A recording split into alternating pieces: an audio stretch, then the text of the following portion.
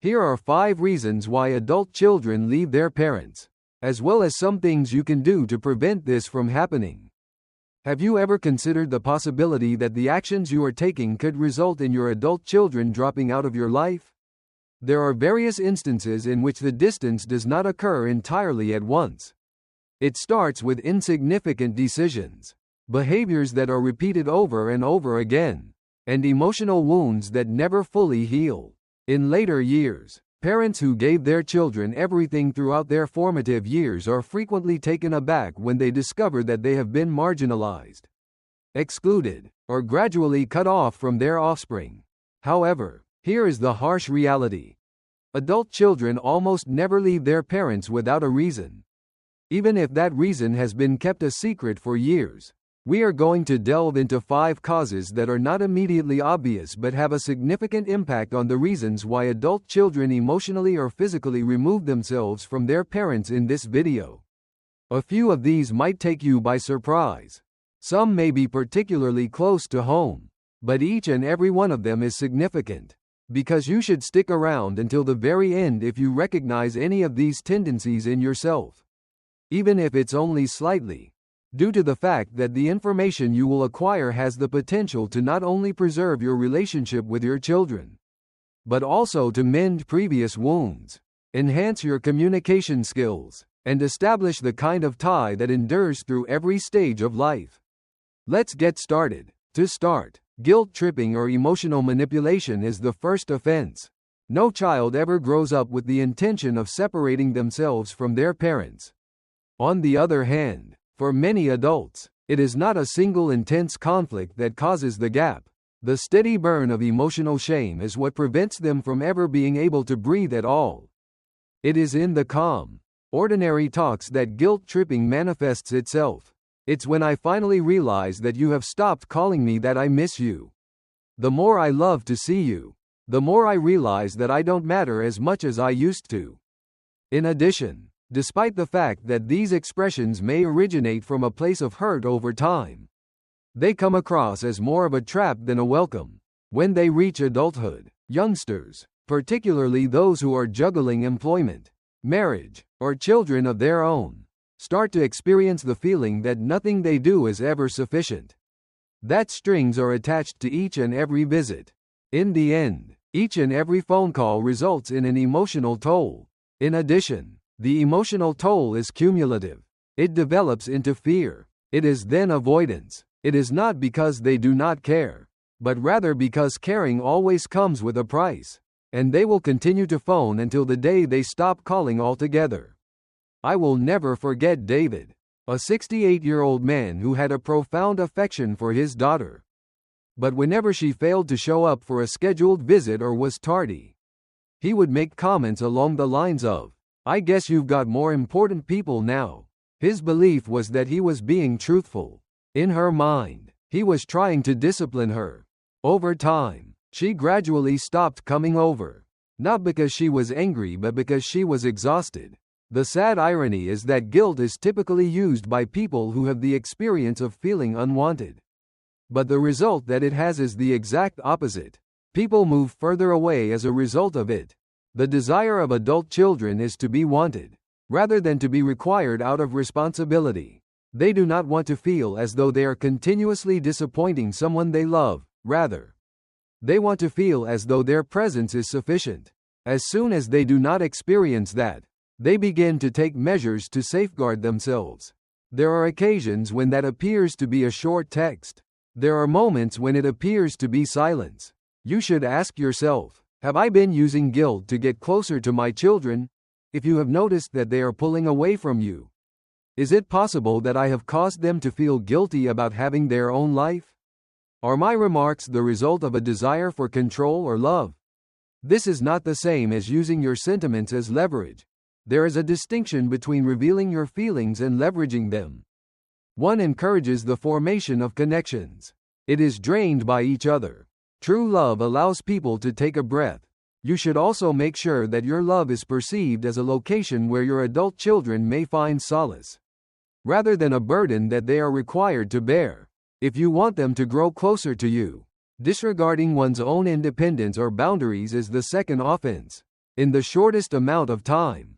Crossing borders is one of the most effective ways to put a wedge between you and your adult children. They have attempted to sketch in a non-obtrusive manner. In many cases, this begins with the best of intentions. You are curious about the state of their marriage. You provide guidance regarding their children.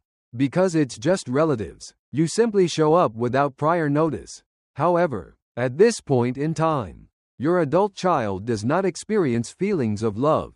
It seems as if they are an intrusion.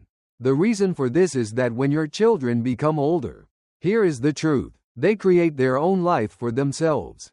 It's possible that their routines, habits, attitudes, and approaches to doing things are radically dissimilar to your own. Furthermore, when you interfere too much, when you tell them how to parent, how to spend their money, and how frequently they should visit, you can believe that you are assisting them. On the other hand, they frequently experience feelings of being chastised, being micromanaged, or simply not being trusted. I once heard of Linda, who was 72 years old and had good intentions. In the course of her trips, she frequently made the offer to reorganize her daughter's kitchen, stating that she was surprised by the amount of space that was being wasted. Despite the fact that she smiled, her daughter began to visit less frequently. It was not because she did not love her mother, rather, it was because each visit made her feel as though she had returned to her childhood rather than to her maturity. This is not the same thing as rejection. They are the means by which adult children safeguard their emotional equilibrium. Additionally, trust develops when such limits are honorably honored. On the other hand, resentment starts to build up when they are neglected, even in relatively little ways. It is possible that you are not intentionally crossing a line when you respond to your child's statement that we are unable to make it this weekend by saying, "Well, I guess I'm not a priority." That their time is not appreciated is the message it sends. If they reply, "We'd rather not discuss that," but you continue to push regardless, it sends the message that their opinion is not taken into consideration. In addition, when they have the impression that their autonomy is not being respected, they create space, not out of anger but out of a need to survive. The question now is, how do you correct it?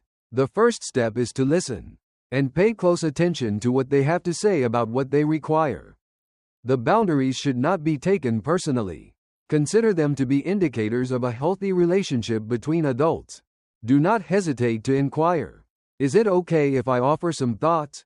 If you are uncertain about the location of the line, or would you prefer any assistance from me? Is it more convenient for you if I simply listen? These inquiries demonstrate one's esteem. Your kids will have the ability to make their own decisions. This option is what determines whether or not they feel secure in your presence. I would appreciate it if you could use the second comment section below to let me know that you are continuing viewing this video and that you are finding these insights to be helpful. I strongly suggest that you subscribe to the channel and activate the bell if you have not already done so. This will ensure that you do not miss any videos. With your assistance, we are able to continue producing high-quality content that will both inform and inspire you. Let's proceed with our plans now. The third component is persistent criticism and a pessimistic tone. Because of a single major disagreement, the majority of adult children do not cut off their parents. The majority of the time, it is the inconspicuous remarks, the repeated sighs, the frequent corrections, and the steady stream of criticism that gradually wear them down. It's possible that you shouldn't even find it harsh. It's possible that you believe you're just being truthful when you say things like, "You really need to lose a little weight," or "I wouldn't raise my kids like that," or "Why do you consistently make decisions that are so poor?" On the other hand, what you perceive as concern may, in fact, be perceived as judgment by them. And here's the thing. When someone feels like they are being judged all the time, they can't bring themselves to be their complete self. They stop sharing news. They begin editing their lives. And ultimately they stop coming around until they are no longer there. At one point, I had a conversation with Thomas, who was 65 years old and whose son had completely ceased coming to see. Thomas stated, I just want what is best for him right now.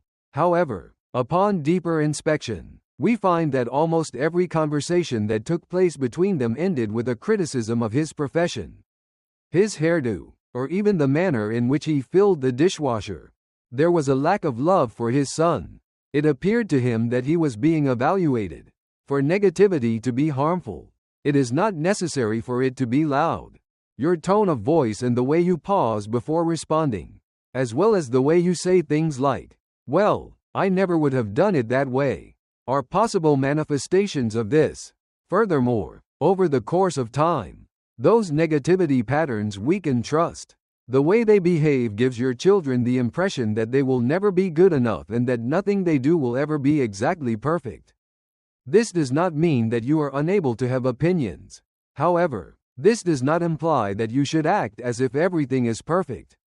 However, if your default response is criticism, even if it is disguised as tough love, you should not be shocked if your child begins to avoid you. This shouldn't be done as a form of punishment, but rather as a means of protecting themselves. This is one of the patterns that can be changed with relative ease. Which is the good news. To get started, pay attention to your initial reaction. Wait a moment if it's a negative. Inquire within yourself. Is this helping? What sort is this? Are we in need of this at this moment? The alternative would be to offer encouragement. Let's give that a shot instead of claiming that it's a poor choice. It sounds challenging. I'm curious about how you feel about it. It is not that you need to improve, rather, I am happy of the fact that you are making an effort to improve. Despite the fact that no adult child wants their parent to be perfect. They do want peace and they want to feel like they are accepted. Even if they are not doing things the way you want them to. You would be shocked at how a simple change in tone can generate a tremendous change in the relationship. The words that you select will ultimately determine whether the door is opened or closed in a stealthy manner.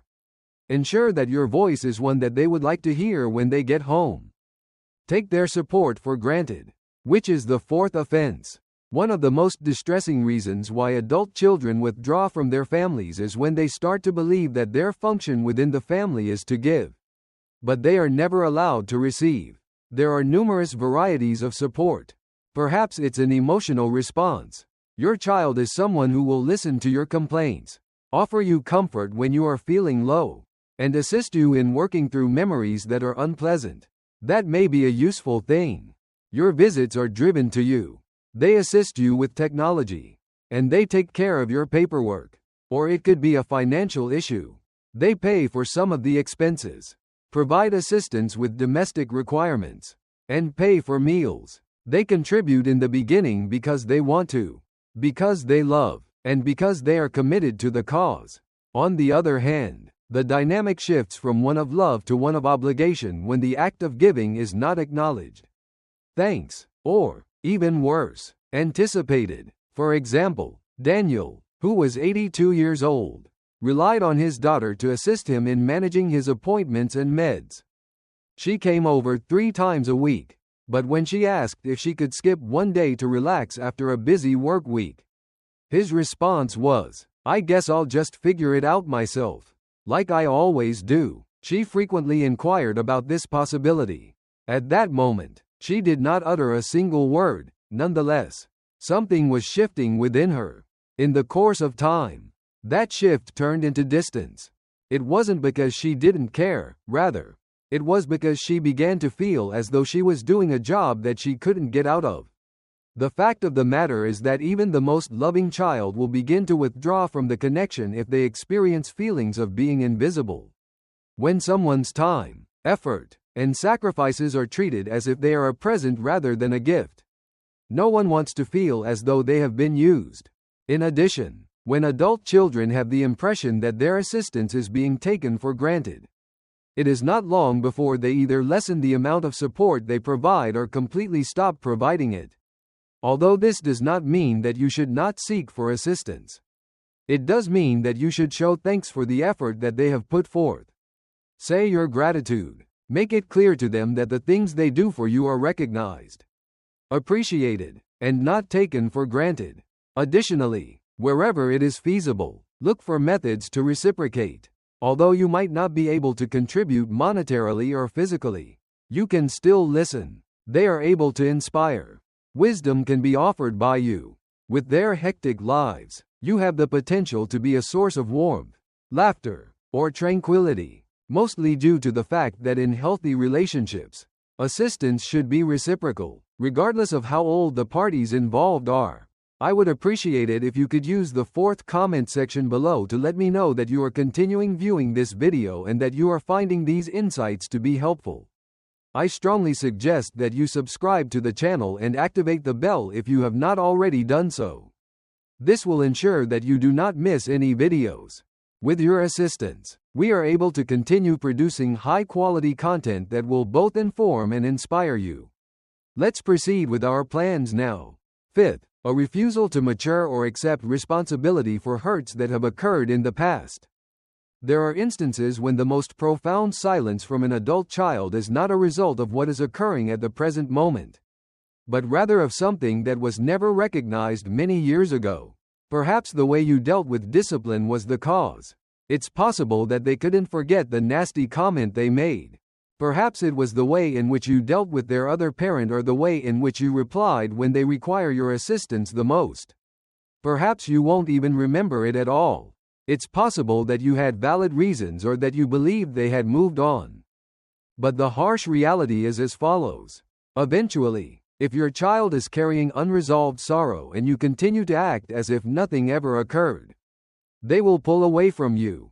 This is not because they do not care, rather, it is because they have stopped hoping that you would ever heal the suffering. It is not about assigning blame.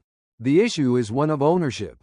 Listening to someone say that you are overly sensitive or that it was just how it was while they were trying to explain something that was extremely personal is the single most effective way to drive an adult kid farther. Negating or downplaying the severity of past suffering does not make it go away. Just like that, it adds another layer. This is the agony of being disregarded. I will never forget Greg, who was 75 years old and couldn't get why his son seldom ever phoned. According to him, there is no need for him to be distant. Greg, however, dismissed the question when I inquired as to whether or not they had ever discussed the ranting that occurred throughout his teenage years. He was a real tormentor. I carried out the tasks that were required of me. Within one single sentence, everything was explained. There was no requirement for perfection in his son. A recognition was necessary for him. Simple and sincere expressions of regret, such as, "I'm sorry I hurt you back then," have the potential to alter the trajectory of their entire relationship. It is not necessary for you to feel guilty to your children. However, they must be able to perceive that you are still capable of developing further. That you continue to value their experiences even at this moment. Even though you are getting older, you are not finished. Those elderly people who have the closest relationships with their adult children are frequently the ones who are able to maintain emotional flexibility. They are present. The phrases, "Tell me more," "I didn't realize that hurt you," and "Thank you for trusting me with this," are some of the things that they often say. And when you do that, when you take responsibility, even in the smallest of ways, you do not let respect slip away from you. More of it is earned by you, mostly due to the fact that the child who feels heard is the youngster who returns. You are the one who keeps calling because you are the one who feels comfortable bringing up difficult topics. Anything may be fixed at any time. It is never too late. On the other hand, you must first be willing to observe it. When you make the decision to develop rather than to resist, you are giving one of the most potent gifts you can give. Not only to your child, but also to yourself. To conclude, Teresa Werner, some thoughts. Have you made it this far? If you have, please take a moment to pause and ask yourself one question that is completely honest. I am able to identify which of these patterns in myself. Because the majority of children who are now adults do not want to leave their parents. They do not desire to be apart. It is not what they want to hear. They are looking for tranquility. But they also want to feel connected. And eventually, when tranquility is constantly interrupted by guilt, by control, by criticism, and by emotional debts that never feel like they are being returned. They make the decision to protect themselves, which is a profoundly heartbreaking option. And even if it means separating themselves from someone they care about. However, this does not imply that they have lost concern. As a result, they are exhausted. When it comes to distance, the good news is that it does not have to be permanent. The door begins to open once more when parents take the time to reflect, to take ownership of their children, and to soften the areas where things were previously considered to be harsh. Begin with a single little adjustment. This is a conversation in which you listen without making any arguments. The kind of visit in which you express gratitude without anticipating receiving anything in return. Give them a time where you adore them just as they are and let them live their life the way they want to. The way you wish they were is not the case, because it is never too late to repair trust, regardless of how many years have passed after the initial breach. Moreover, the first step back into each other's life might often begin with the simplest words. This is something that you should see today. And I am open to making adjustments. We appreciate you being here with us today. It would be wonderful if you could get in touch with us. Please leave a comment below and tell us about one item you discovered today and how you intend to put it to use in your life right now. We place a high value on your opinions, so please do not be reluctant to share them with us. Our inspiration and encouragement are greatly increased as a result of reading your remarks. I would appreciate it if you would like, subscribe, and share this video if you found it to be informative and enjoyable. With your assistance, we are able to continue producing high-quality content that will both inform and inspire you. We appreciate you taking the time to watch, and we hope to see you in the future video.